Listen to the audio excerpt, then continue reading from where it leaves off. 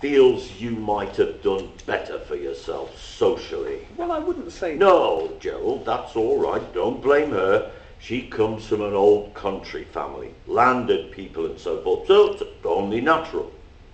But what I wanted to say is, there's a fair chance that I might find my way into the next honours list.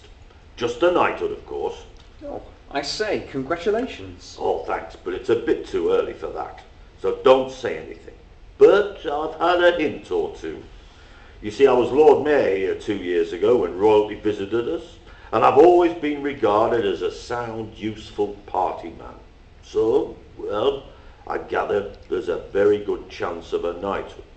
But so long as we behave ourselves, don't get into the police court or start a scandal, eh? You seem a nice, well-behaved family. We think we are. So, if that's the only obstacle, sir, I think you might as well accept my congratulations now. No, I couldn't do that, and don't say anything yet. Not even to my mother. I know she'd be delighted. Well, when she comes back, you might drop a hint to her. And you can promise her that we'll try to keep out of trouble during the next few months. What's the joke? Started telling stories? No. Want another glass of port? Yes, please. Mother says we mustn't stay too long, but I don't think it matters. I left them talking about clothes again. I think a girl never had any clothes before she gets married. Women are potty about them. Yes, but you've got to remember, my boy, that clothes mean something quite different to a woman. Not just something to wear, and not only something to make them look prettier, but, well, a sort of sign or token of their self-respect. That's true. Yes, I remember. Well, what do you remember? Nothing. Nothing? Sounds a bit fishy to me. Yes, you don't know what some of these boys get up to nowadays. More money to spend and time to spare than I had when I was Eric's age. They worked as hard in those days and kept us short of cash. Though even then, we broke out and had a bit of fun sometimes. I'll bet you did. But this is the point. I don't want to lecture you two young fellas again. But what so many of you don't seem to understand now, when things are so much easier, is that a man has to make his own way. Has to look after himself and his family too when he has one. And so long as he does that, he won't come to much harm. But the way some of these cranks talk and write now, you'd think everybody has to look after everybody else, as if we were all mixed up together like bees in a hive. Community and all that nonsense. But take my word for it, you youngsters, and I've learnt in the good hard school of experience that a man has to mind his own business and look after himself and his own, and... Somebody at the front door? Oh, heaven will answer it. We'll have another glass of port, Gerald, and then we'll join the ladies. That'll stop me giving you good advice. Yes.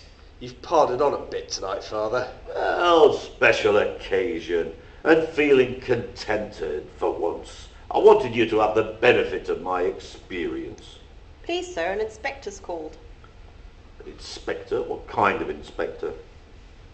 A police inspector. He says his name's Inspector Gould. No, don't know him. Does he want to see me? Yes, sir. He says it's important. All right, Evan. Show him in here. Give us some more light. I'm still on the bench. It may be something about a warrant. To be sure. Unless Eric's been up to something. And that would be awkward, wouldn't it? Very, very. Here. What do you mean? Only something we were talking about when you were out. A joke, really. Well, I don't think it's very funny. What's the matter with you? Nothing. Inspector Gould. Mr. Burling. Yes, sit down, Inspector. Thank you, sir. Have a glass of port? A little whiskey? No, thank you, Mr. Burling. I'm on duty. You're new, aren't you? Yes, sir. Only recently transferred. I thought you must be. I was an alderman for years, a Lord Mayor 2 years ago, and I'm still on the bench. So I know the Brumley police officers pretty well. I thought I'd never seen you before. Quite so.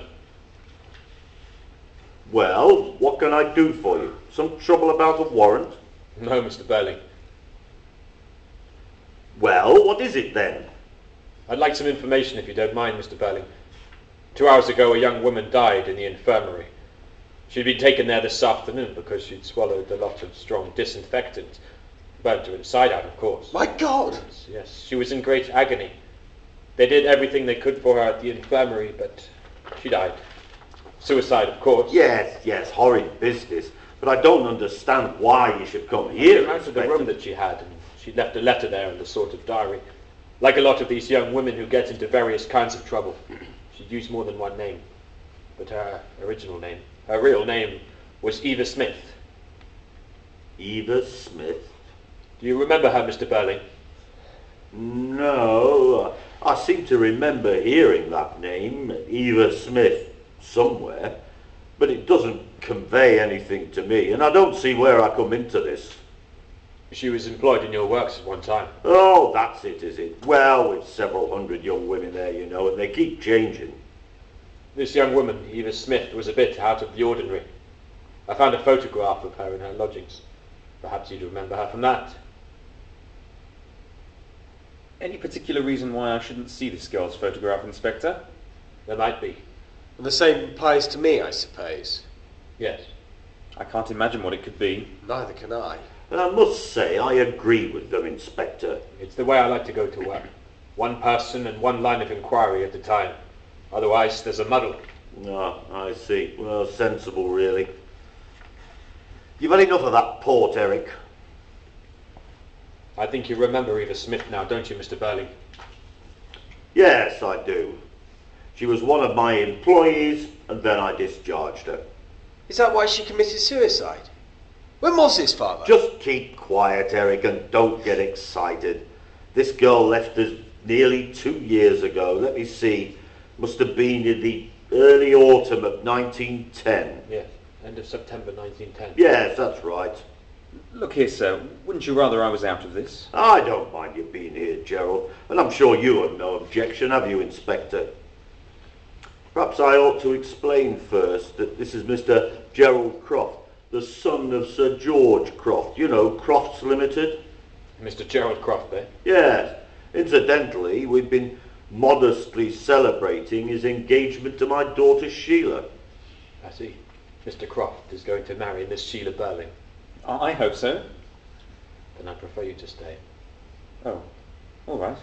Look, there's nothing mysterious or scandalous about this business, at least not so far as I'm concerned. It's a perfectly straightforward case. And does it happen more than 18 months, nearly 2 years ago? Obviously, it has nothing whatsoever to do with the wretched girl's suicide. Eh, Inspector? No, sir. I can't agree with you there. Why not? Because what happened to her then may have determined what happened to her afterwards. And what happened to her afterwards may have driven her to suicide. A chain of events. Oh, well, put like that, there's something in what you say. Still, I can't accept any responsibility. If we were all responsible for everything that happened to everybody we'd ever had anything to do with, it would be very awkward, wouldn't it? Very awkward. We'd all be in an impossible position, wouldn't we? By Jove, yes. And as you were saying, Dad, a man has to look after himself. Yes, well, we needn't go into all that. Go into what? Oh, just before you came, I've been giving these two young men a little good advice. Now, about this girl, Eva Smith. I remember her quite well now.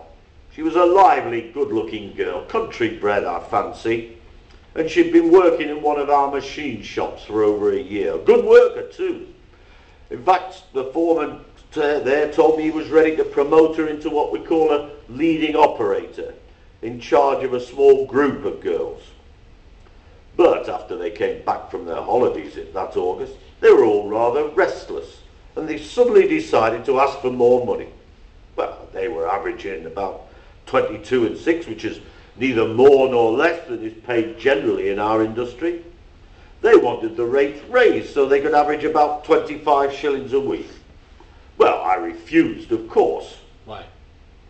Did you say why? Yes. Why did you refuse? Well, Inspector, I don't see it's any concern of yours how I choose to run my business, is it now?